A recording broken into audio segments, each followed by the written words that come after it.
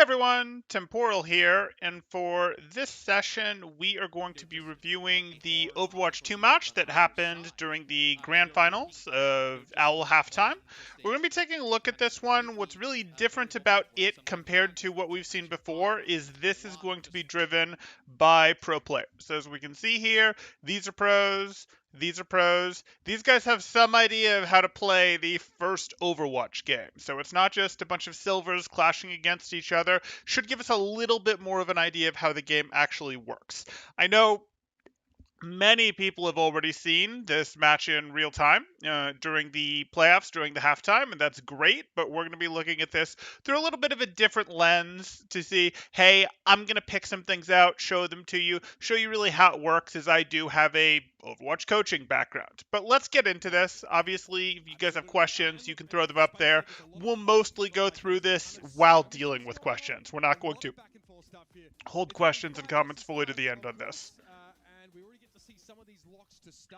Temporal, what are you going to do if Overwatch 2 sucks and destroys Overwatch? Well, Overwatch will be gone because they've rolled us forward. So if the game is bad, we're in trouble because there won't even be this like gem of a game to go back to. I know there's a lot of bad feelings towards Overwatch by some people because they had terrible experiences on ladders, but there's also a lot of good feelings from people. That's why the community stuck around through so much lack of content, things like that. But what would I do? I mean, I'm already spreading my wings a little bit in the content world. That's why we cover news stories from other stuff. That's why we sometimes get into other games a little bit. Obviously, we are heavily vested in Overwatch 2 being successful because we are attached to the Overwatch IP in some ways, but we're not permanently attached to that. We'll figure out what we have to do. Maybe we'll do a different competitive game.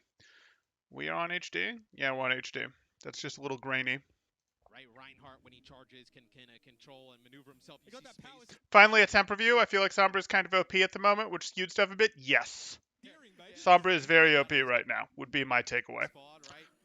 So we're coming through here. They're going out for their scouting. That makes sense. Obviously, we need to understand this. We have had a chance to see this map once before, as we've reviewed this before. But there's the robot here that they need to push this direction or push this direction. And it sort of becomes a, well, which team can have pushed it further? Which team can have gone further out here or further out here? That sort of thing is what they're competing over here. So nothing too wild here other than they've clearly been told, hey, you can't use any of the new heroes, and maybe they've been encouraged to specifically pull out the two heroes that were specifically reworked, and we got the preview of the rework here. Speaking of which, we probably should talk about that. If I was smart, I'd have pulled those up, but I didn't pull up those tweets. There we go. So here is our Sombra rework. This is important information. Passive, Opportunist. Now deals 50% more damage to hacked targets. Damage reduced from 8 to 7. Spread reduced by 20%. So that's going to be, in theory, maybe it's similar damage from the machine pistol, but in practice it's more controllable damage because the spread reduction makes it better reward the actual aim, which is good. I do like that. In actual practice, it's a lot higher damage because now your hack causes you to do 50% more damage. We've got EMP no longer deals any additional shield-specific damage. It doesn't strip shields anymore, but it might as well just strip health off of everyone. That's what it does. It deals 40% of enemies' current HP, which is huge.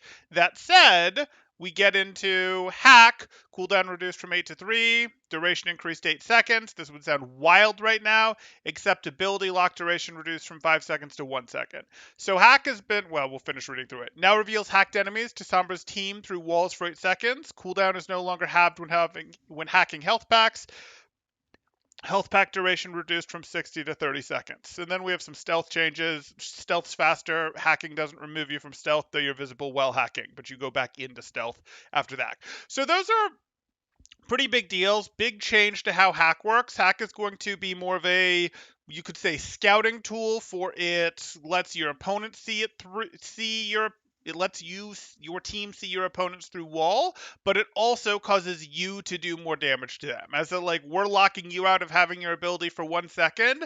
I don't see that as super relevant, except during EMP, when you can specifically combo EMP. EMP Shatter is still going to work as a combo. EMP with a perfectly timed self-destruct is still going to work. EMP with the nade, for example, that kind of thing is still going to have value, so they didn't take away that piece of the identity, but it's not really the true hack anymore. Mostly what you're getting is you do more damage to them, and you can see them through walls, your team can see them through walls rather, and then finally the EMP specific 40% of people's health, which is a big deal. So that's the Sombra rework we got. That one's important. We'll also go through here and talk about the Bastion one, because that's the other one. As I said, they're probably being encouraged to do this. Can I get a little bit bigger on that? Guess I can't. Okay, we've got the Sombra rework here. That's of course relevant, or the Bastion rework. We've got, would like that to be a little bigger, but no big deal.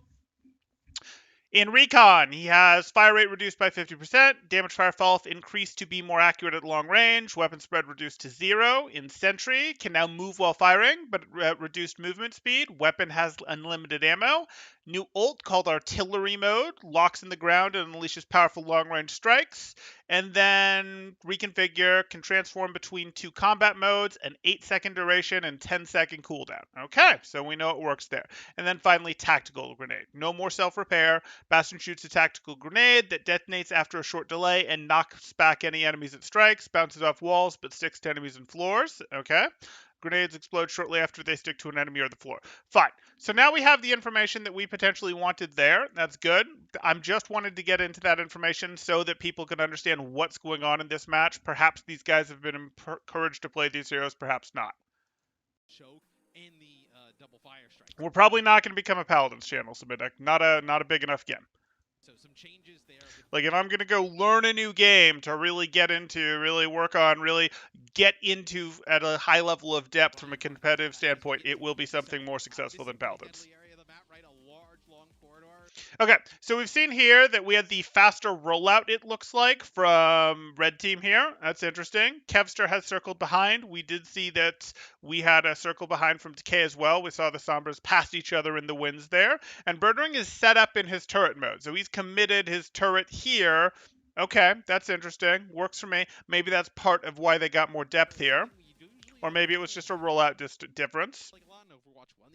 And now we have Assassin going for the counter move here of going into this tanky mode. We've had the tank mode matched. These guys are going to fight for that, and we hit a nice nade. What we did see here that was interesting is this is, of course, the first fight, so this should be a team fight. Everyone gets here at roughly the same time. The hack happened. It's not really affecting Assassin. Space is surrendering that space on the right there. He had angles before. I'm not quite sure why he felt forced out. So here we go. Space is playing to the right here. I don't know why Space felt the need to hop back into the middle to rejoin the team here. This is mostly just wrong. Space would have probably been better continuing to stay here and saying, hey, if you guys push the robot like this, I can push into you for like this. My team can push like this. Like, we have good angles. This is if you're losing, generally a good move. This is why you take the concave, where, hey, if you have to push into our concave, we threaten you from multiple directions. And that's pretty good, and we like that. So I don't love him making this fight more one-dimensional, which he's now done here. But we did hit a nade, and maybe that was to bait attention away from the nade. Lamp comes out. Okay. Reasonable answer to the nade. Things were rough. Kind of a fight right down mid here. Now we see one of the Reinhardts ready to take the off angle. Oh. That's not quite what we want. Sure. Okay, we see your UI changes. A couple of the heroes look a bit different. We've changed them. The ability icons are more squarish there. The UI has been changed for the ult charge. We see some changes. Okay, this is better. So this is now better. Now that we've actually surrendered the space, we've seen space has fallen back to this side. Plus we have our Bastion over on this side. We have our Mercy supporting the Bastion over here for the extreme damage boost. We like that. I don't know that I'm willing to fire strike into Bastions the way that space is, but maybe that makes sense with the Bastion, who does less damage now, is mobile but does less damage. offensive way. Space gets Okay, Fire Strike does get mag, and then a pin. So that's just going to flip it. And again, this was a good situation where they either had to look at Space or they had to look at Assassin there. And it works out. Space is able to pick up some nice eliminations here. Assassin gets Bird Ring in the back. This is just clean up, force the Sombra out. It's a little scary there. How much health do you lose after you've taken them down here, Space? That's with a nade. You still don't get healed up all the way with the nade. And you'll notice that Reinhardt is back on. This is where Overwatch 2 diverged in its development. You can see that Overwatch 2 effectively diverged. It broke off of Overwatch 1 in the development of where they were going. Back on the patch where Reinhardt had 550 total health as opposed to this current one. Now, obviously, lots more changes are going to happen in Overwatch 2. We'll see Ana has a very long nade cooldown. We saw the reworks on both of these. But it's interesting to see that that was the branch point, or a change that they rolled on live on Overwatch did not make it through here. how fast the abilities come back. Okay, you get hacked, but that's only 1 second now. Still take quite a bit of damage, and that's just Sombra shooting at him. So with just Sombra shooting at our Reinhardt, who has armor, 247. Down to 81 health. That was not a lot of distance that we were dealing with, and literally the only person who's shooting at Space there is Decay. So that really went down fast, and as we see this, his armor was gone. His armor was gone by the time that we got there, but he's taking that plus 50% damage from Decay because he's hacked there, and that is a big deal, as we can see. He's getting healed by Mercy this whole time. So, like, he's got that yellow beam from Mercy. At 250 health, Bap's gone. He's got the Mercy Beam. Has the Mercy Beam the whole time. Mercy Beam the whole time. Mercy Beam, still lost quite a bit of health there at that time. And there's a Mercy attached shrine. Exactly, blah.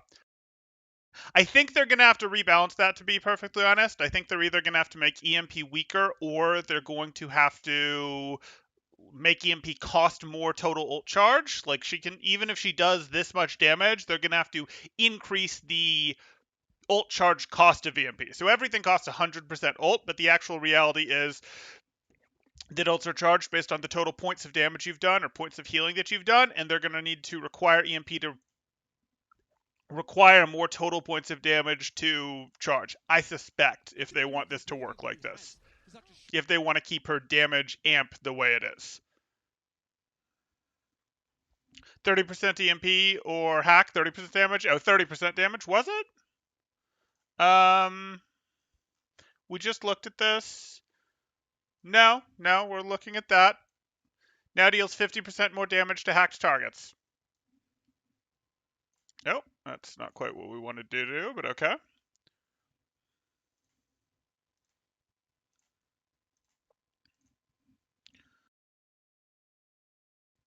We'll probably see a hack damage nerf.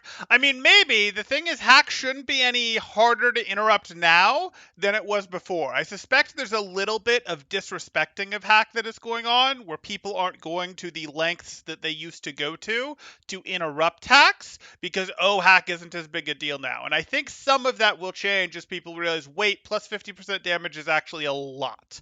So it's possible that doesn't need it. It just needs the player base, or the pros in this case, to not go, hack isn't as big a deal now. I only lose 1 second. It's possible that will cause it to become a little less dangerous. That said, she can hack without canceling her invisibility status. She's visible while hacking, but she goes back to being invisible if she tries there. So it's less of an all-in to try to hack someone. Short range charge, it can still connect. So this means that Team 1 are on the road. They're pushing here, and obviously. Okay, so we're set up here. I don't like how collapsed on the point there. 4 people shouldn't be making this go faster, unless this is some new logic where this has different rules than the cart. I expect this is like the cart where we still cap out at 3 people for making it go faster. And if that's the case, I don't want 5 people here. I don't want 4 people here. I understand why, Kevster was off going over here, but the opponents are coming back from this direction, and we know that. So why haven't we adjusted? Space being on the point, maybe that makes sense, but I'm not convinced it does. Why haven't we adjusted this to be more standard Overwatch where, hey, Shu can push the cart back here, Space can hold more up here, a little bit of front distance, and then we set up our Bastion, maybe somewhere over here with a crossfire, something like that. It's unclear to me why we've stacked so many people on the cart. We know better than that.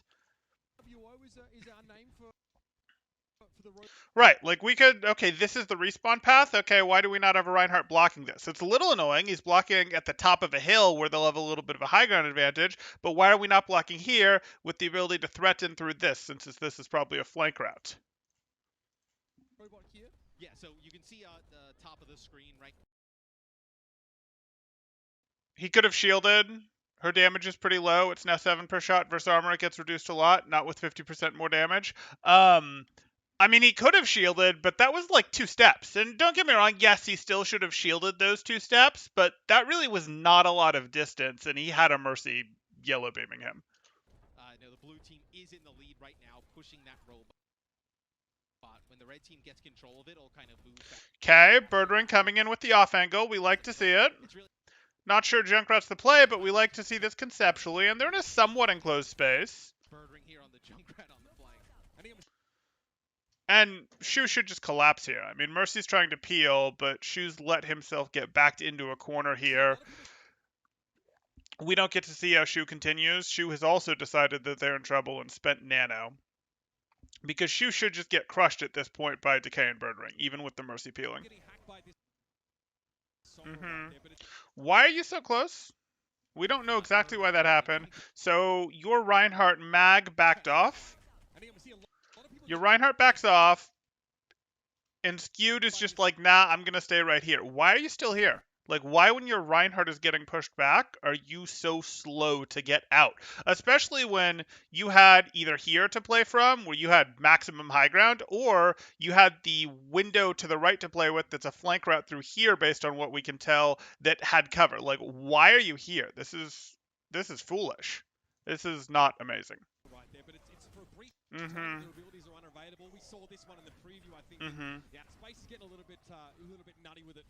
Getting right into the face there of Mag. Not a fan of either Flex Support's positioning there. We can blame some of that on the map, but some of these are basics. Like, knowing the map or not, you're going to understand, wait, high ground lets us drop our nades in a little bit better. Wait, having cover is helpful. Wait, we don't want to be in a situation where it's easy to come in on off angles on us, as was the case for Shu there. Hey, Sheldon. Easy, right? You're not getting nearly as much Plus 50% damage is pretty big. Well, yes, and I also think one thing you do realize right away is how much more offensive the tanks are, right? Where Space is able to get right. Okay. Hack cancels the charge. That's a good point. 1 second. I mean, it still has a cast time, but it will cancel active things like charge, like booster still. Sure. Mm-hmm. Space. Is how much more offensive the tanks are. Okay, so Kevster's set up here. Are we pushing someone through the angle? Like, this is still wild to me that we're doing this. We have Space coming through here. We've set up Kevster here. This is a route, and we know it. We've established that this is a route. Why do we not have Assassin playing in here? Why is Assassin not threatening out of here? Or rotate up here and threaten down this sight line? Like, what? Why are we grouping everyone up to walk up here? Mm-hmm. Now we have an EMP happening. This is better. This is better. We like this. We see Birdring has set up here to use this, so he climbed his way up here. He's got a window through here, and we've got an EMP going off here. This should be relatively solid. Obviously, Mercy can support this. This effectively becomes a 3-man play, and a 3-man play is now 3/5 of your team. That's not half your team anymore. That's more than half your team going after their backline. That's got some real shots. In that area, Mag there, it's Mm-hmm. he actually tries to go for a shatter, but it's going to be an EMP from Decay on the other side. Mag there, it's interrupted. So I want to see this EMP again. Space is able to get right up in that area. You hit that. That takes away health. It only hit 3 of them, and Space didn't lose health to it, or Space just immediately got healed up?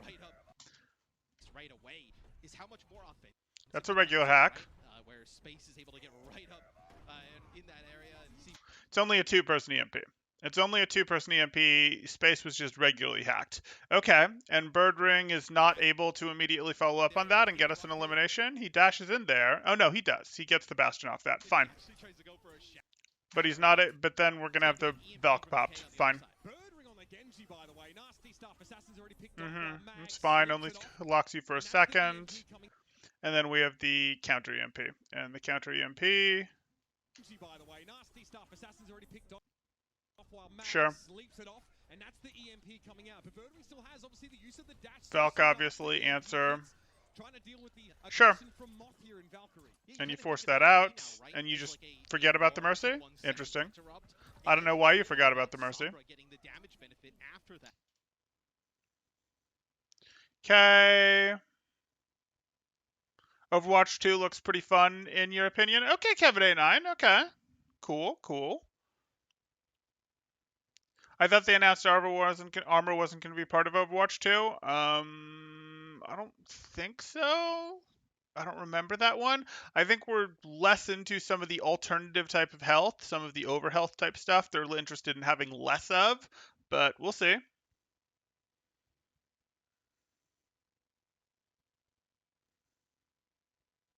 It's 20% more only to act targets, 12% less to everything else. Well, you can't, like, she has a meaningful spread. You can't say it's just 12% less damage when, like, it is, but, like, she's also got reduced spread, which makes her more accurate, which means either more headshots or less missed shots, and either one of those is more damage.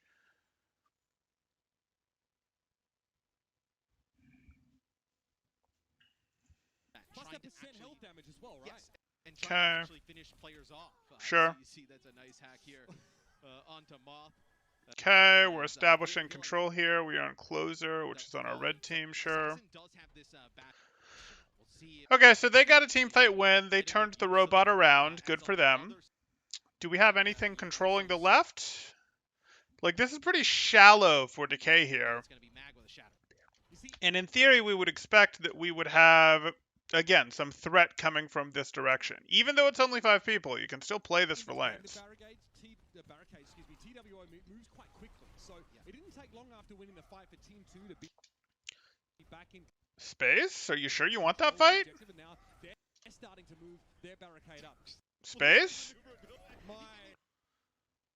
I mean, like, I'm not even shattering that. Space is out here alone. Your team easily gets to collapse, gets to turn around and deal with him while his team is still rotating.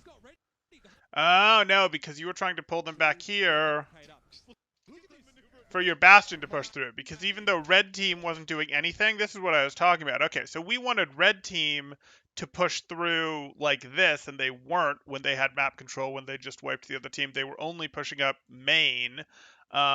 Blue team figured it out a little bit more here. This was a really weird and I'd still say foolish charge, but at least it put the team fight in the spot where the lane that they had won, I guess because it was uncontested, then threatens the people who come back to deal with this. So that makes a little bit more sense. They're probably still learning the map. Yeah, he's not ready. The hydraulics are just too insane. Mag finds the shadow, knocks space on down, looks for assassin who's he's not ready. The hydraulics are just too insane. Mag finds the shadow, knocks space on down, looks for assassin who's sleeping, and Birdering's gonna go for the blade here. Okay. Nanoblade, yeah. I mean, Nanoblade does Nanoblade things. That's 2. And almost getting 50% of it, 40% of an entire team with one blade is pretty nice. Yeah, and I think you can see just how, obviously Overwatch a very fast-paced game, but in 5 you can see just how, obviously Overwatch. So you're pushing up here. I don't have the greatest feel for where we are on the map right now. Okay, that gives us a little bit more of a map overview. Birdring got caught out with just Closer as support. Closer was on Mercy, who didn't want to come in very deep. And now Closer looks like they have an out to their Ana there. Okay, so Closer should leave. Yeah. Oh, here it is. Here's the Bastion ult. Okay. And I think it's a great point, right?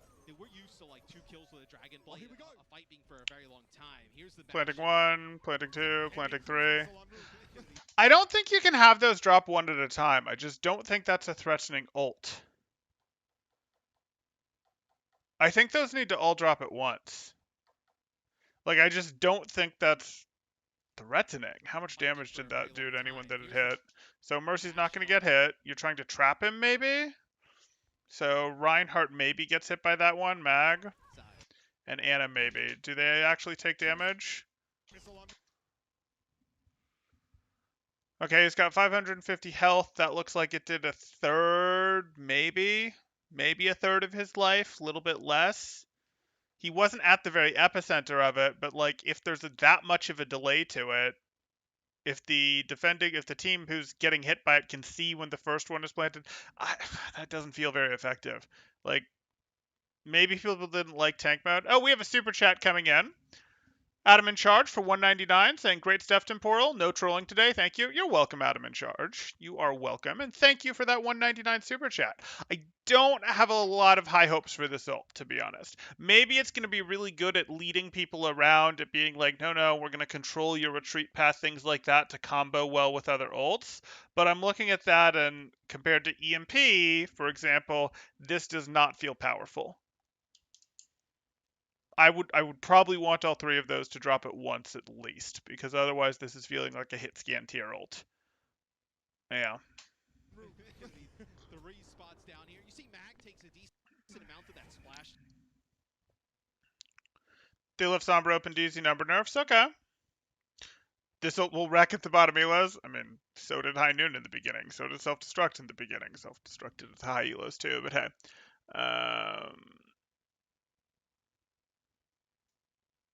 Damage. Jeff was talking about it earlier, but able to get healed up pretty quick. We have a Zarya here though for space. Bear in mind. Okay. Zarya has two But able down here. You see Mag So the interesting thing about this is, again, this ult did clear some space at least. Team backed off. Mercy comes back in. Respawns were up here. Cart is on low ground, so the respawn's on high ground, the cart on low ground. That is a little bit of an interesting touch. It does mean that the defending team gets to spread out if they'd wanted, gets to come in like this. Whereas the defending team or the attacking team is pushing out.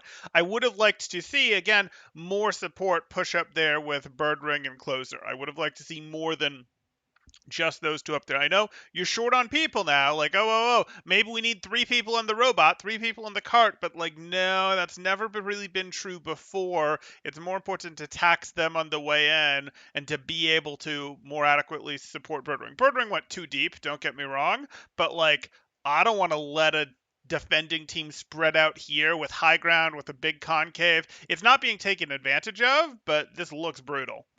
the spots down here. You see Mag takes a decent amount of that splash damage. Jeff was talking about it earlier, but able Sure. to get healed up pretty quick. We have a There's the sleep. Zarya here though for Into the nade. space. Bear in mind, Zarya has two bubbles. Why is the fight happening? Like, guys. Stop it. Stop it. Give me that. At least Kevster's interested in coming around here. But, like, this way. This way. Don't try to break through the Rhine shield. Go around it. She can bubble herself. This is gross.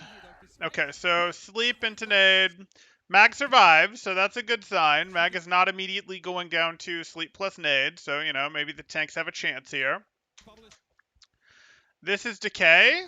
Decay going for the EMP, and remember, this EMP is a giant EMP. Hits a lot of people here.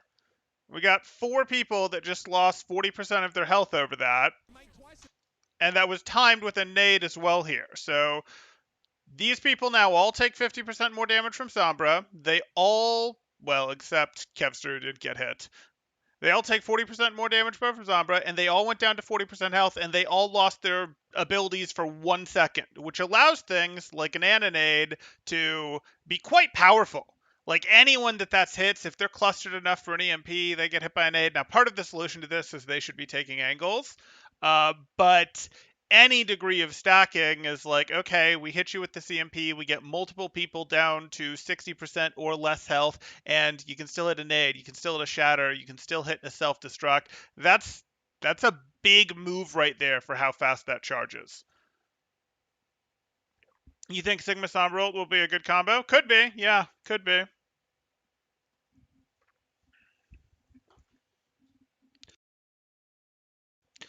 Congax says, so far, I'm cautiously hopeful with what I've seen so far. Okay.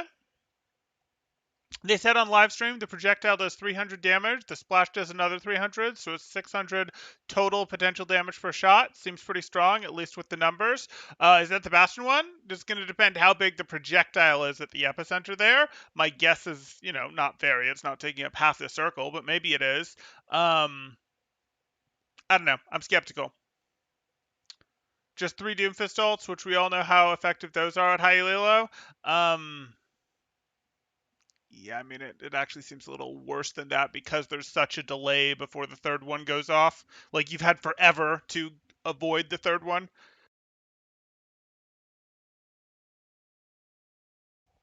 I think the reason it's a hit scan tier ult is because Bastion is being moved towards being hit scan with transformation. Yeah, no, that's fair.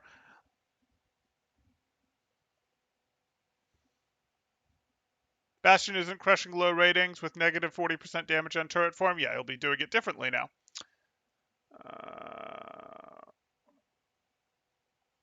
50% from Sombra, right? Which I think the devs are underestimating. Well, she does 50% more damage personally to hacked targets, and targets are hacked when you EMP them. Her EMP, however, takes away 40% of people's current health. So it takes away 40% of their current health, and then she does 50% follow-up plus follow-up damage to them, and they're denied all abilities for 1 second. And her teammates can see where they are for 8 seconds. We have a super chat coming in from Adam in Charge for $4.99 saying, I love invisible flankers that do 40% more damage after invisible hacking me. Good thing my off tank can peel for me. The game is going to be great. Okay. Looks like Adam is not looking forward to being a support in Overwatch 2 against Sombra. That's what I'm getting from that. Once again, a super chat from Adam in Charge for $4.99 saying, I love invisible flankers that do 40% more damage after invisible hacking me. Good thing my off tank can peel for me. The game is going to be great. Obviously, there won't be an off tank. There will only be one tank. Period. But we'll see. That shield of Mags just disappears. EMP Okay. gets thrown in there. Moth is awfully low. Skew goes for that little sleep dart. The assassin is. I mean, there's just. Super low, and Skew's showing us a little bit. Really? That shield of Mags just. So this happens. We hit an EMP nade combo. You should easily get a second elimination here. You should. You don't immediately get a second elimination. Okay. Moth does ultimately go down. And this shouldn't be a fight that can be... Oh, well, except that we went and used it back. Okay. No, we haven't. We just have lots of hacks going out. 3-second cooldown. Rehacked. Mm-hmm. Very nice. As he's able to keep everybody charged up. Okay. You see one of the ticks on the top of the screen as... Yeah, that's what's gonna happen. I mean, it's a powerful ult. The red team is approaching it. That's... Mm-hmm. Blah says, I think it's pretty clear why Jeff left after last night. Either that or he was one of the... I think Predators at Blizzard, and he had to leave or face lawsuits, maybe both. Hot take, this game hasn't had great guidance and direction under Jeff Kaplan. I think the game lost a bit of its identity. This is what usually happens with games, where a game will be released. It'll be released. There's a pretty good understanding with the original team that built the game, of how it should happen. But then you go into, at least in the old world of game development, you'd go into a bit more maintenance mode from there. You have a smaller team to maintain the game than you do to release the game, and you lose some of your crucial stuff, some of your crucial balance features, some of your library of knowledge of what you're actually trying to do with the game. And I think they struggled a bit after that. And I think they have refigured out what they want to do with this game to some degree. I think they keep, you keep having some degree of talent drain, that sort of thing. I think Jeff really stopped being like the direction of the game, the direction of the balance. By at least the last couple of years, that hasn't really been Jeff. It's going to be a bit of a checkpoint there. At least you'll be able to counter EMP with trans, I guess. Yeah, EMP looks really powerful. They're going to have to, if they don't change anything else, they're going to have to make it cost more ult to get, ult charge to get. That'll give them a Okay, so Bird Ring's trying to threaten, trying to keep them in, and that's the play. Like, that's almost certainly the play. You want to set up, hey, we have a Bird Ring set up here, maybe we have skewed set up over here, threatening down here, something, but like, maybe more likely we've put our Reinhardt up here, we've put our Genji over here, we have our Mercy supporting both of them as she sees fit, and we just accept that our Anna's gonna push. I don't know why we're reverting to this, like, why are we putting our main tank on the cart? We've known that after a one fight, you should push your main tank up ahead of the cart for ages, and these are professional players. Like, I'm kind of annoyed to see this. It might be because Space is usually, used to being a diva player primarily, and you will more often put your diva on the cart while your team goes and does stuff. You might push in a dive v dive with your diva. Tracer more often these days, but you might do it with the diva because they're hard to punish. They can leave, that sort of thing. But this is not how you use Reinhardt.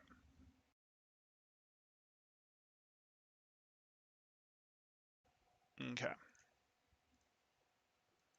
spawn out of Jeff was okay with 5v5. Not only was Jeff okay with 5v5, Jeff, and I think he thought he was doing us a favor at the time, and maybe he was. Maybe he still is.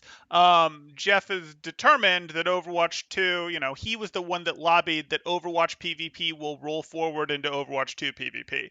And it reminds me, because I'm in California, of the Bay Bridge, where we were all told that we had this terrible bridge that wasn't earthquake proof, and it would collapse if there was even a faint earthquake, and it was terrible, and it was incredibly bad, and all this. And we all sort of looked at it and went, are you sure?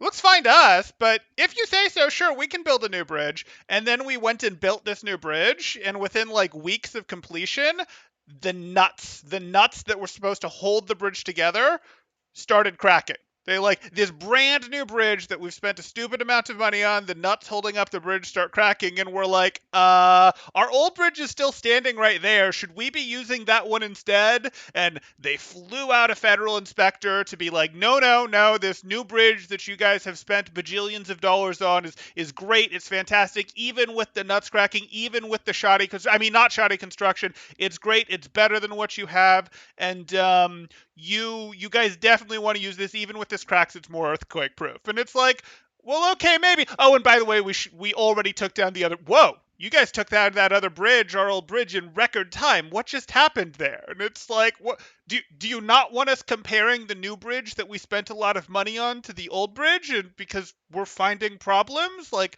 what's going on here? And I'm a little worried that we're now going to be in that situation. I hope it's not the case, but I know there are people, and we'll do another video after this one that is people's reactions to Overwatch 2 to what they're seeing here. We have a new Bay Bridge, Adam in charge. There's still a Bay Bridge, but they swapped the Bay Bridge for a different Bay Bridge.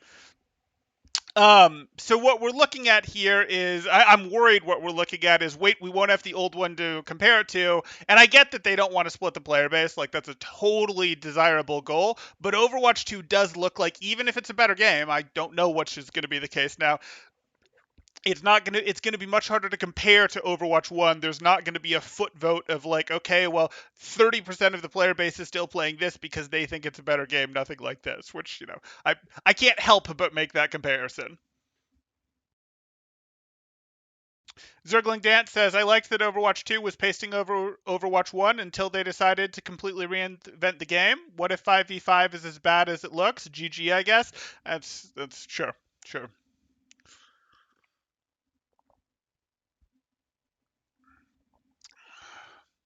Bridges, the classic euphemism for government waste and mismanagement. Yeah. Yeah, it would be kind of crazy if they had to spawn all the way in the back, to try and get I think this shows how powerful coaching is for pro players. I guess maybe they needed to not just bring 5 players from a couple different teams, but bring a couple coaches as well. At this point, also just to remind people, this is a different to try and get the so we're walking out here. At this point, also just to remind people. Okay. This is a different version of Zarya. Zarya has the 2 bubbles on a shared cooldown. Sure, you should still take him down. That is a long time for a Reaper to not take down a Nano Reaper. I mean, we nanoed early, and Shu looks like he nanoed early because he was under pressure. Wanted to make sure he got the nano off. Oh, that 12 seconds left on the cooldown. That just feels bad. In the back, you know, to try and get the objective 15-second cooldown. Jesus. at this point. Okay. You're not going to have an off-tank to peel for you and your CC. I get it. They want less CC in the game. I understand why, but that just is going to feel so bad. Also, just to remind. Okay, dropping from above. Good tactic. Nano Reaper. This is, remember, the Reinhardt that has extra armor, so it takes Reaper a little longer to do his job here. And ultimately, you do have the Zarya on the angle there. Okay. It's something that Space talked about, right? You know, graphically, obviously, you know, the new hero looks for a lot of the different heroes in this build, but then also... Why couldn't a D.Va peel? Oh, a D.Va can conceptually peel, but, like, you are completely surrendering the front line if a D.Va comes back to peel for you in 5v5, because there's no Reinhardt, there's no Orisa continuing to hold the front line. Your D.Va is completely abandoning the front line to deal with the angle behind you if they come back to peel. It's something that Space talked about, right? You know, graphically, obviously, you know, the new hero looks for a lot of different heroes in this build, but then the robot's head is apparently not safety. It's one of Adam in Charge with a super chat for 199 says, "It's okay. With less CC, I can rely on my team to peel." And that's a liar nose there. things where I think speaking to Link says, honestly, I think 5v5 looks fun. I've spent 600 hours in comp. I've already hit GM before, and I'm ready for a radical change. That's fine. That is totally fine. I am not saying that people should or shouldn't like Overwatch 2 or should or shouldn't like the direction necessarily. I'll do my reaction video as well as sort of showing what community reactions have been, both on Reddits, forums, pro players, that sort of thing after this one. But, you know, if people like what they see, great. If they don't like what they see, that's unfortunate because this looks like it's the direction that it's going. But we'll get into it. some of the players who have had some I'm glad to hear that some people are liking it, though. Doesn't quite change my point, though, of like, hey, you're making a very radical change to 2. It's not just imbalanced stuff. It's a or new heroes. It's a very radical change in your roster size, and you're getting rid of 1 for it. And I think it's but that's not new information to us. We've known that for a while. Sounds of the guns and everything just feel so much more like violent, right? It feels really... Zergling says, I really dislike how low TTK appears to be and how low defensive capability seems. I think defensive capability is going to be lower. I do think that's true in some ways, but I also think these guys aren't really playing for space very well. Like, we're stacking 3 people on the point again. Okay. Why are we doing that? Why have we not played for angles? Playing for angles slows the game down. It becomes over the battles for the flanks, the threatening in, that sort of thing. I noticed the sound playing when one of your teammates is eliminated. Like what we hear in... Like, it's okay. Like, some people would be like, oh, Brawl is slow, Dive is fast, I like Dive, or I like Brawl. But the thing is, Dive, yes, well, the actual fight resolves really quickly in Dive's comps, in Dive scenarios, because we've seen very fast team fights in Owl and Overwatch 1 before, but the actual team fight, what's actually happening, by the time a good dive happens, the fight is already decided. If your team is able to execute a good dive, the fight is already decided, or at least it was before Brig existed. And that was fine, because the actual fight, the actual gameplay that was happening was dueling for the lanes, dueling for the flanks, fighting your 1v1s, 2v2s to get control of the flanks, to set up, fighting through the poke to get staging without losing too much health. Like, that was the fight. The setup was the gameplay, and the dive was, well, did you set it up well enough or not? And that's potentially fine. Like, the game being fast in that sense isn't necessarily a problem if it's got, you know, okay, well, the slowness is actually the setup, the dueling for space, the pathing in ways not to get poked out, that sort of thing, and then it resolves explosively. We have that anytime we have anything resembling a dive comp. That said, it does look a little faster, but is that just the way that they're playing, where they're not doing this terribly organized? I noticed the sound playing when one of your teammates is eliminated.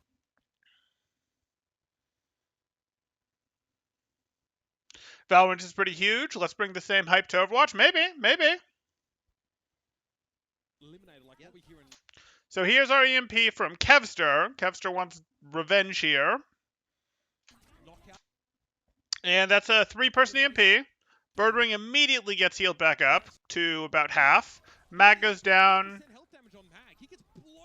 And then Kevster decides to go after Mercy, who I don't think Mercy... Oh, no, Mercy was hit. Finish off Rhine, swap over to Closer. Closer still got the damage buff against them, but you've got the reload issue, and they still go down. Okay. I mean, EMP OP.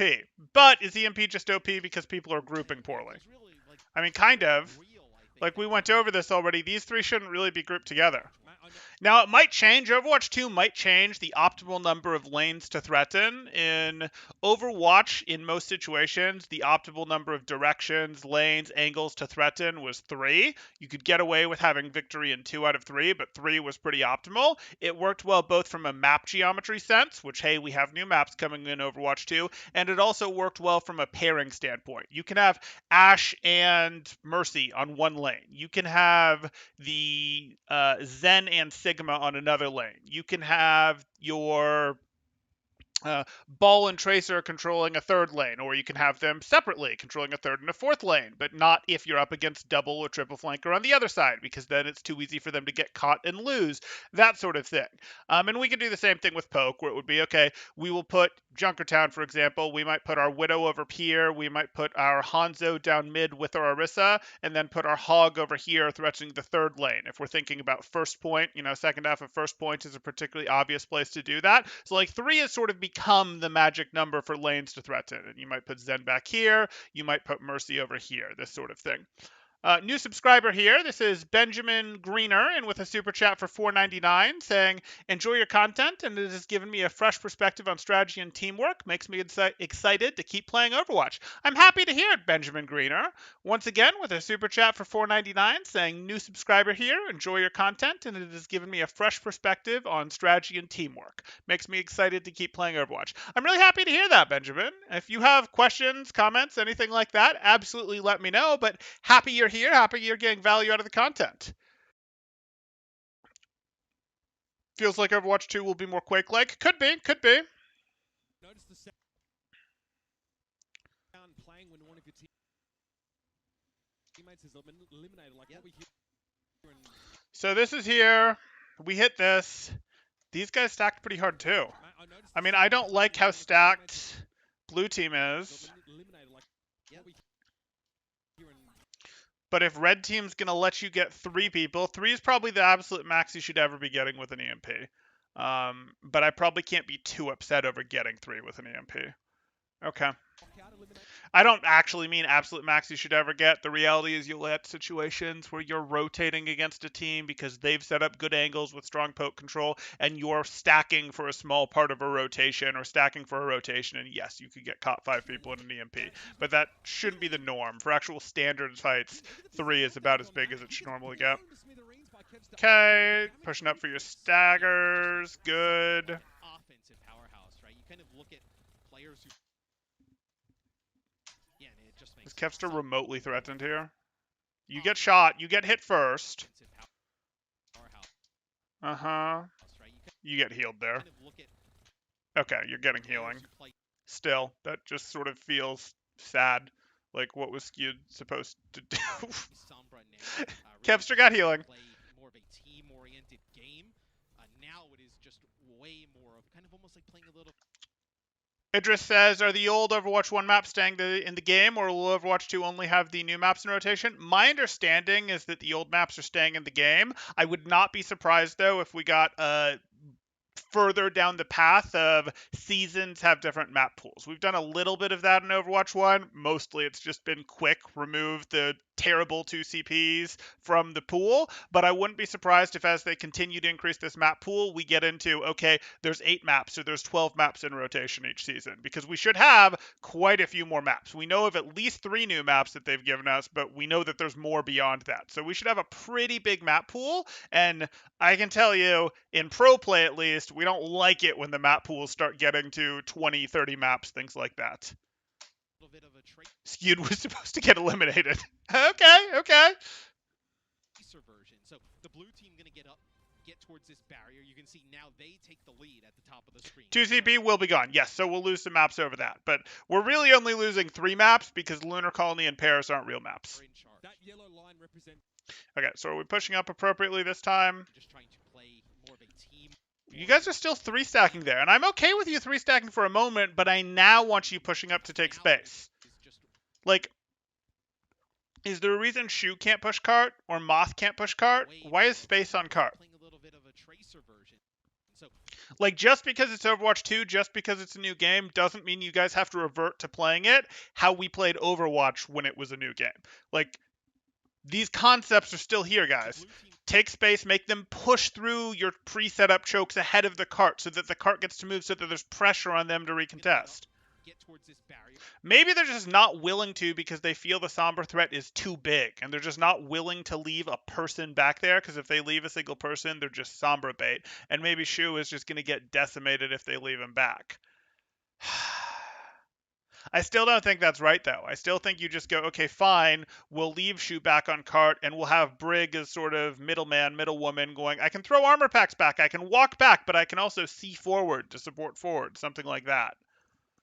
You can see now they take the lead at the top of the screen. Oh, look, the defenders have high ground against you because you didn't push up and take it from them after a one fight.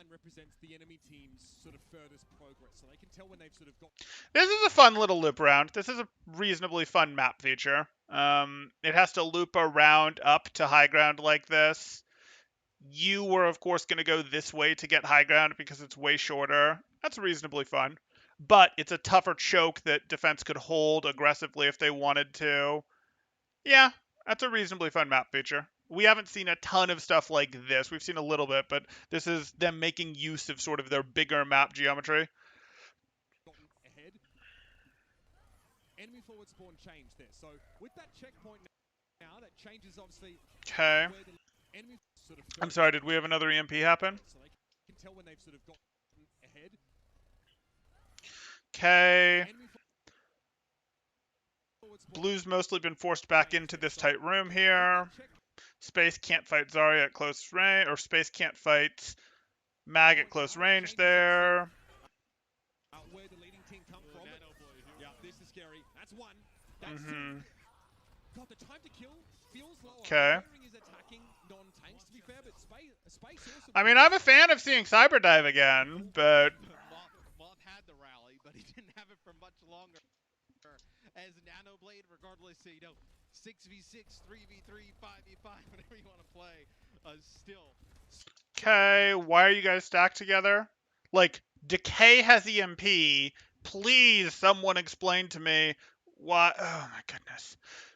Like, that's just not going to work if the threat of Sombra on a support by herself is enough to cause the support to need to stack on people, and the threat of EMP is enough, like, that.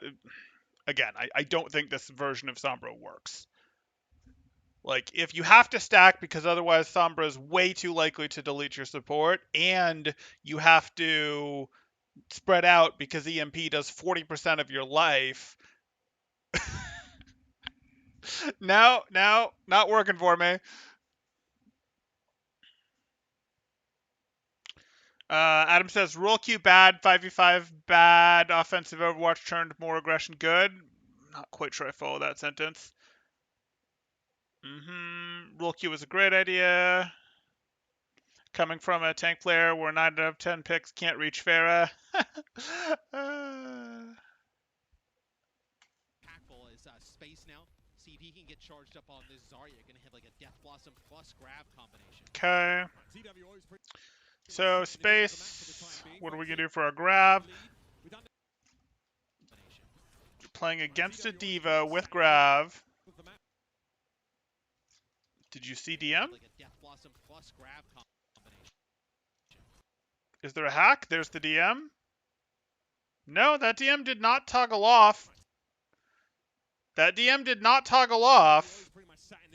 Oh, there you do it after the DM toggles off. Okay, I was thinking the previous right click was the Grav. Okay, so you tried to do it during the DM lockout. That's pretty long range, actually, and the DM was probably back off of toggle, and if the reactions were good, that probably gets eaten, but okay. That Grav really pulled in from there? Is that a reversion? Like, that feels like a pretty far pull for Grav. We've shrunk Grav, but I don't think we shrunk Grav since the 550 Reinhardt health change. That doesn't feel like it should have pulled Team 1 lead. those two in. That might be a bigger grab than we've seen before. When you see a VOD and feel like you're a better tank than Space, Space is pretty good. There's the grab. Pretty nice cleanup. Easier for Space to get a ton of charge individually now. He can be self-sustaining. You can hear the beam, man, with the nano. It just sounds so filthy. That'll be a team wipe here. I mean, ults are going to feel more powerful in general against 5 people. There's going to be less control for them just because there's less people on the board. There's less cooldowns to answer them with. Like, ults are going to feel more powerful, which is probably a good thing. Ults kind of are at a point where they feel a little underwhelming at this point, and I think people liked the game better when ults felt powerful. From a strategy standpoint, from a professional standpoint, that might not be the best thing in the world, but I can see the desire there. They are still in the lead, just trying to get the barricade even further, right, forward their progress, make it even harder. George P says 5v5 sucks so hard. Okay, well. For the red team, as I'm sure a lot of these players experimented. Ult charge is much lower in 5v5 and less charge from tanks. Okay. Throughout this, is Birdring now over to the Reaper. So now we're running out here with Echo Mercy. Yeah, no, the reduction in terms of how much tanks feed for ult is it's fine. I don't dislike the change. I don't necessarily think the change was necessary, but yeah, it does lower the amount of ults. So I know a lot of players the tank roll. What? Decay? Over to the Reaper. Mag on the Diva. So I know. Sure, that's reasonable. I'm good.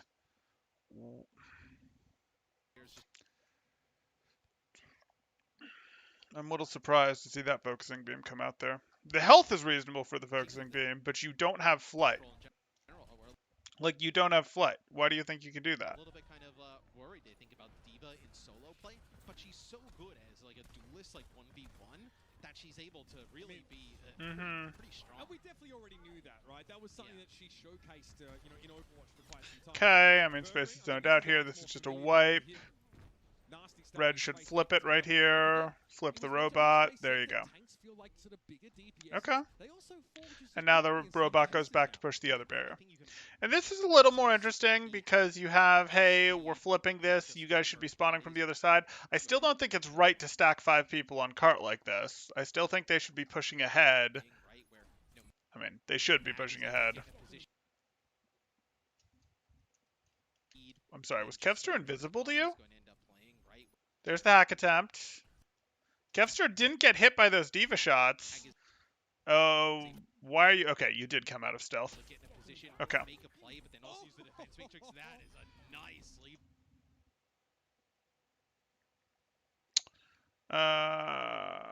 Could they recharge? Could they rebalance ult charge required for 5v5 to make it similar?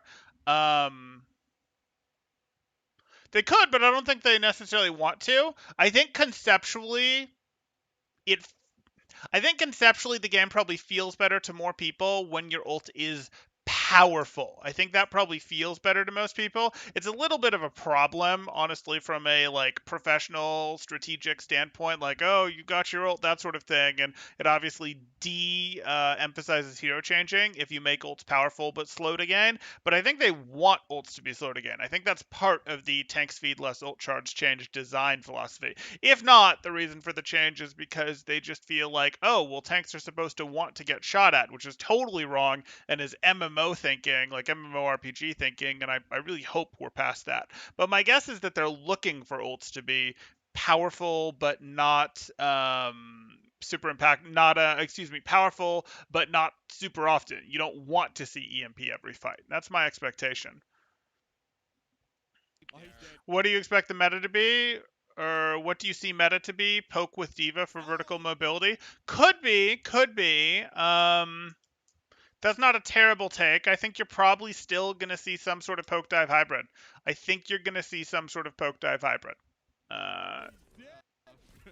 But I could be wrong. I think Sombra right now is powerful enough that you'd want to have her in the game, or you'd want to have her on your team. And then, yeah, you probably want something with reasonably good poke. These sight lines look reasonable for that, whether that's Echo, whether that's Ashe. one thing with the objective being really like a neutral objective is there's a lot of areas to play in the middle of the map that you can just, you don't have to circumvent to go play for a, you know, Mercy's in Sombra Pain, maybe. or something. Okay, I'm getting distracted here and not reviewing enough. That is a nice, Which is fine. You guys can be chatty, but I should do some reviewing.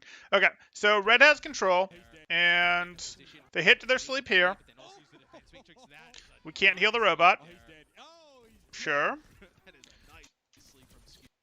And again, blue team understands that this flank route exists, and red team just seems to not. I'm sure he'll want that one for the highlight reel, is it? Looks Now like they're going to try to shut it down. They shouldn't really have been let out at all. Good. They're not let out. I don't think you need to push into this, though. really like a Unless your team has actually come around, unless you have other aspects of your team that have come around and threatened from here, I think you're pretty good. You can control this, but I don't think you want to drive hard into this quite yet. I think you want the robot to push a little bit further up. You want your team to push a little bit further up, and you want to be in a place where, okay, they're looking to go push the robot, push your team, and then you come out here and threaten. There's better timing to be had here. neutral objective. Adam in charge, temporal sucks. Okay, Areas well, to there's the play in trolling. middle of We knew the that map. wouldn't You last. you don't have to circumvent to go play for a, you know, static objective like a control or something But hey, like that. they won it, so I many suppose I different can't routes you complain. take, because obviously the robot will take long to get back to the barricade. You can take numerous fights in different areas. There's a sense where You can take numerous fights in different areas. You can, and that's not new to our you don't players. necessarily always want to fight around No, where TWO Mhm. is, I right? don't think so. So right? these fights are being taken externally to where the robot is. So we're also getting It's because the play's leveling up a little as they I go. think so. Okay, I like this. Taken Anna's trying to protect Reaper. We're taking high ground control with our Echo Mercy Diva team. I like it. I like externally to where it. the robot is. Diva can drop and push cart. We don't need everyone to. Guys, what are you doing? Overtime. Bird Ring was fine. Anna was babysitting him. Seconds on the left. What are you doing? Overtime will Why? Why did we give this up? This was amazing. You pelt them from here. Your Reaper can be going up over here. Your Anna can see both directions. Diva can drop down, pressure the cart, hop back up. Like, this was good. trigger because And now Bird Ring is just running in by himself. I mean, not really by himself, but like, this is what we're doing. This is what we're doing. Okay. the red team is behind right now. So 4 people are dealing with a Sombra in your back line, while Bird Ring goes in with a Nano. They'll have an opportunity as long as they control this to keep moving the robot forward. Right, and so there on the score, you can actually I'm not totally sure I wanted that trade. see where teams Like, you used a Nano to hold back the other team so Bird Ring could afford to 1v4, which is a similar thing. We do that in Double Bubble. We do that in Monkey Dive Comp sometimes, but, like, you actually have to get the eliminations on the people that your backline is fighting. And you were never going to get the elimination against the Sombra. Like, it's Sombra. Or now it's Sombra and Tracer. Like, that probably wasn't going to happen. If there was a Monkey back there you could eliminate, a Genji that would struggle to get out, a Diva, Hammond, something that would struggle to get out, you could have done it, but there wasn't anything like that back there. I don't like it. two need to get to win the round. You can't draw this really at all, right? Unless TWO Seems like they don't really know the map, which is disappointing because, you know, like, this isn't... Maybe this is the only round that they got to play, but this was recorded ahead of time. This wasn't actually played at halftime. This was recorded ahead of time, so I kind of assumed that they got to warm up a little bit, maybe. Maybe they didn't, but even if they didn't, we know the map a little bit. We've reviewed the silver players playing on this map a little bit. We don't know it perfectly, but you learn pretty quick. Oh, well, maybe I'm being too critical. Okay, EMP. You tag 3 with the EMP. That'll be a quick cleanup. EMP for 3. Able to Wraith out. TWO just hanging off the barricade. Should have been a quick cleanup. Here by Birdring to try and clear some space. Team Tool are moving for the top. But, you know, that's a good point. Like, hey, after you get EMP'd, it's only 1 second. So if you survive, you can use those Wraiths, those ice blocks, things like that. They're using that to break line of sight, right? Using TWO and the barricade to avoid the damage, but damn, Team 1 got back awfully quick. Yeah, the barricade gives you a little bit of a space there to be able to move up, almost a little bit like cover. Okay. So that happened. I'd say my main takeaways from this, or maybe not my main takeaways, but some things that I noticed from this. Sombra, I don't think that works. I don't think the current version of Sombra works. You've either got to change some of the numbers, maybe decrease her neutral damage a little bit, maybe decrease the amount of health lost by EMP, maybe what would another example be? Maybe increase the amount of ult charge it takes to get that, but I don't think that's going to work. I didn't like the amount of stacking that we were seeing. Like, why are we seeing so much stacking? Is it just that they forgot how to play the game and are playing, oh, it's a new game, so we got to stack on the cart like 2016? Or is it a serious respect for Sombra? Or a serious respect for, well, my off tank or my whoever is less likely to come back and help me out? Like, I'm going to get less peel because what's been dropped off the board is the off tank. So maybe it stretches back to 5v5. But or they just like turned their brains off and went new game and and more people make cart go faster. They should know better than this. So stacking slash not playing ahead.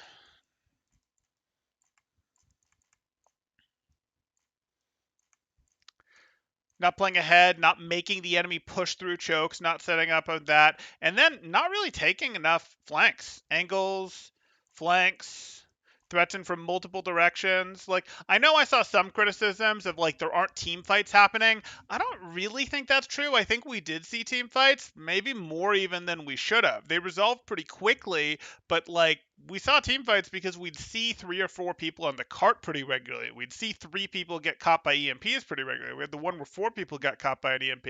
I think we were seeing team fights. We had a little bit of, oh, Birdring's ahead, or, you know, someone's ahead, Birdring's ahead on his Genji with his Mercy and he gets eliminated, some things like that where like one person remembered to push ahead and a support backed them up, but we didn't get more than that. But mostly I think we did see team fights here.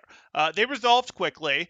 They resolved quickly without good setup, without jockeying for position ahead of time, and I'd like to see more jockeying for position ahead of time. And if that jockeying for position just ends up being, hey, these are duels on the side, duels in the alleyways that are very quickly resolved fights, maybe that's okay. Maybe it's not. Maybe we don't like the TTK being that low. But those are sort of some of the main things that I saw here that really I would call out about this match, I'd say. It did look like, yes, there's some degree of these guys just don't know the map well enough, and I probably would have preferred that we got to see Overwatch 2 with pro players on a map mode that we knew and understood a little bit, as this is a lot of variables to be weighing at once. We're on a new map, new game mode for that new map. We've got 5v5, we've got pro players now, but like if we could have controlled 1 or 2 more variables with like, okay, they're going to play this on, I almost said Temple of Anubis, but that's obviously not going to work, on Route 66. Okay, that we understand the game mode, we understand the map. Now let's see it a little more. That would have been nice. But I think this will get looked at. Maybe not. Maybe it's like, oh, hey, we want her to be that. But we'll see.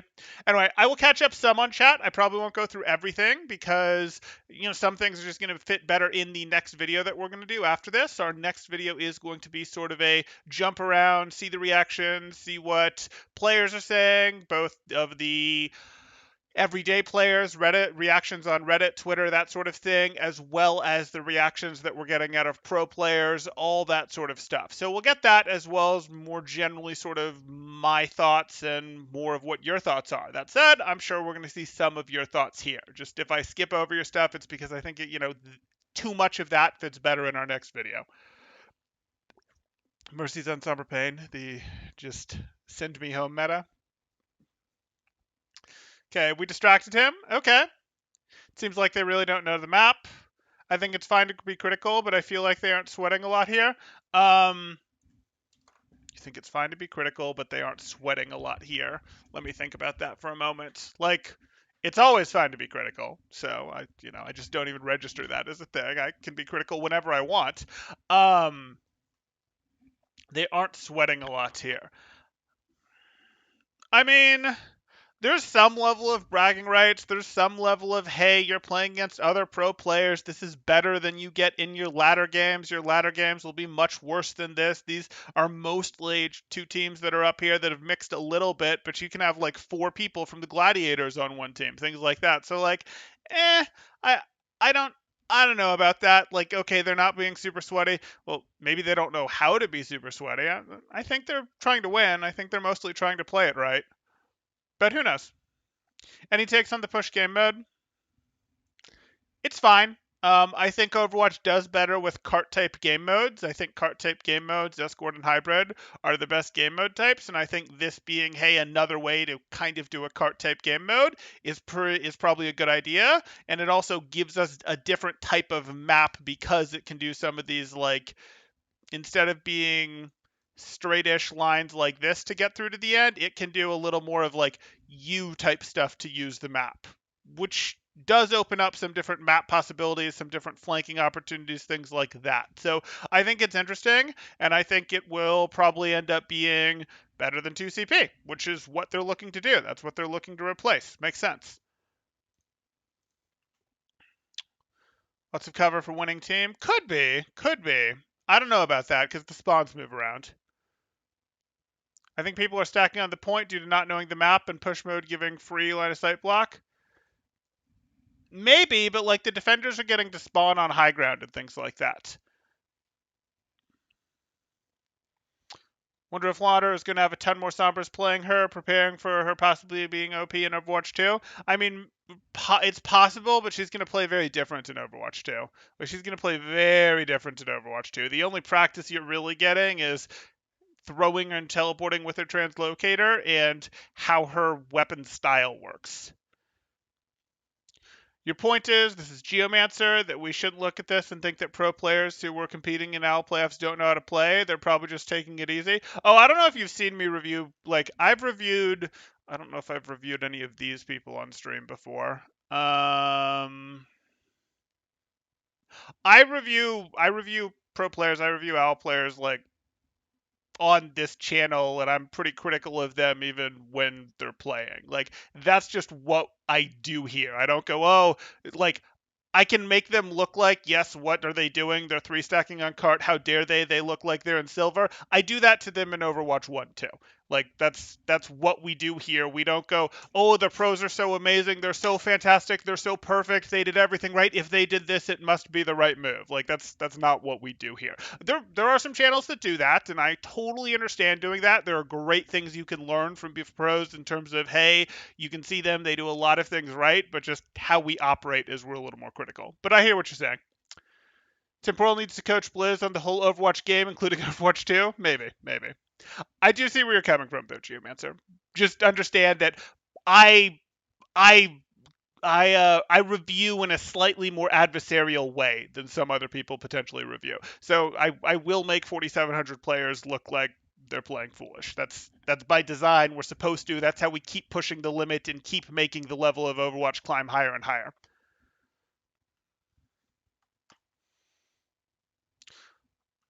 You're not saying they're playing top tier in this match, but it's literally just a show match. I mean, so have been contenders matches between EU and NA, but we both know that they go pretty try hard for those. Like, we've had show matches in Overwatch that teams have totally not taken seriously, like OWL preseason one season. All of the teams, it was the season we were heading into GOATs, and like all but two of the teams just completely took it as a joke. They would be like, oh, we're going to play GOATs, but we're going to put our main tank on flex support. We're going to put our main support over here on off tank. Like, they just totally mixed stuff up and went, yeah, because they didn't want to show anything. We've had things like that, which was a terrible idea, and they got chewed out by the community, rightfully so. You don't see that nonsense flying in preseason football games, in preseason baseball games, anything like that, and for good reason. Like, it's okay to play an old meta. It's okay to play with your subs in, but you don't see that sort of nonsense of, well, we don't want to be embarrassed by losing the show match, so we'll just make it super obvious that we're not trying type thing. So, like, we've seen that sort of thing before, but most of the time you see some degree of trying in show match. Like, again, I'm not saying this is the very best that these guys can play, and I don't think Closer is going to come in here and be like, oh my goodness, I'm so insulted that you did this, or Space is going to be like, what? You think I don't know how to throw a grab? Like, I'm not too worried about that. Space knows how to use grab most of the time. Space is better at using grab than most of the players, the 99.9 etc. players in Overwatch, and that's true, but that doesn't mean that we can't go, hey, Space, what are you doing? You brute forced that one a little bit.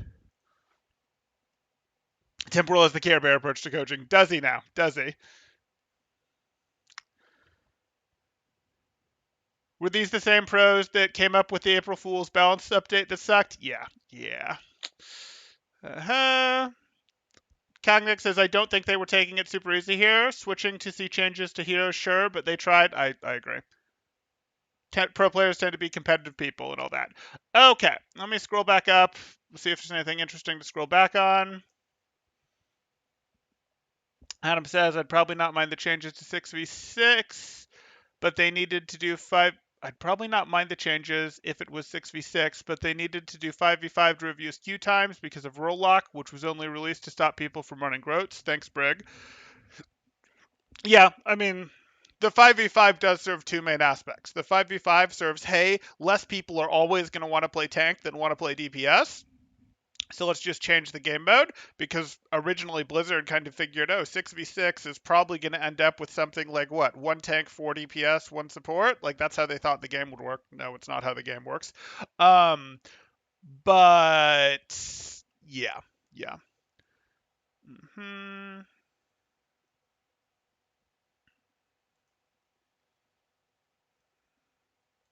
Why do the models look smaller? Maybe map is too big. They changed the models a little bit. I don't think they've changed the hitboxes much, though.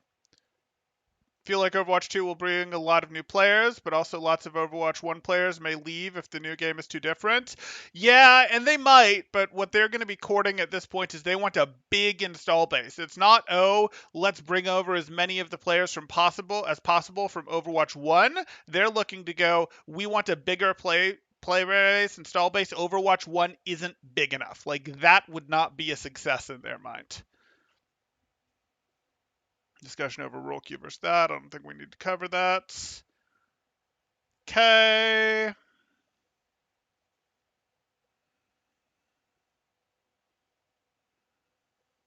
The thing about hacking and assassinating supports is that the support gets literally a 1-second head start on fighting Sombra while she hacks and decloaks. Sort of, except that she doesn't actually have to fight you. Like, she can hack you and then stop. She can hack you and then leave type thing. So, she hacked you. You turn, you veer around to fight her, and she's not actually fighting you. She just got information on you, your ult status, your location for the next 8 seconds, that sort of thing. Telling your team where the team is. And, that's a change that will help Sombra be more useful for teams on ladder and staging dives, if that's a thing that we end up looking at here, because no longer does your Sombra have to say in voice comms exactly where she is. A lot of Sombra's value in organized pro play is, hey, she's giving you perfect scouting information very cheaply. Well, that requires using voice comms. You don't have to do that when you can hack people and it shows your whole team where they are for 8 seconds, so your whole team knows where the Zen is. Fantastic. Now we can play in our dive effectively and we can hit our dive without people having been in voice comms, cooperating, that sort of thing. So that's probably conceptually, that is probably a good design change for what ladder is for some of the design goals that we think they have. Okay, and then you guys were fighting over the Sombra damage earlier there. Okay, I'm going to go ahead and call this one here. We will be heading into another stream. If you want to catch that next stream, it's going to be more about what the community's reaction has been and such, as well as some of my own to what we saw here. The best way to catch that live, to always catch streams live if you want to be there to comment on them, to see if there's something that you're interested in, is to join the Discord in the description below. You can then react and get notifications to become a watcher, and then as a watcher, you will get Discord pings when we go live. So you can see, oh yeah, I really want to talk about this. I'm really interested in this. I have lots of opinions on whether this is going to be great, terrible, too Call of Duty-like, too Overwatchy, doesn't change enough, changes too much, changes it in a good way, a bad way, takes us towards the best meta, the worst meta, whatever the case may be, you can be there to talk about it and to see what other people are thinking.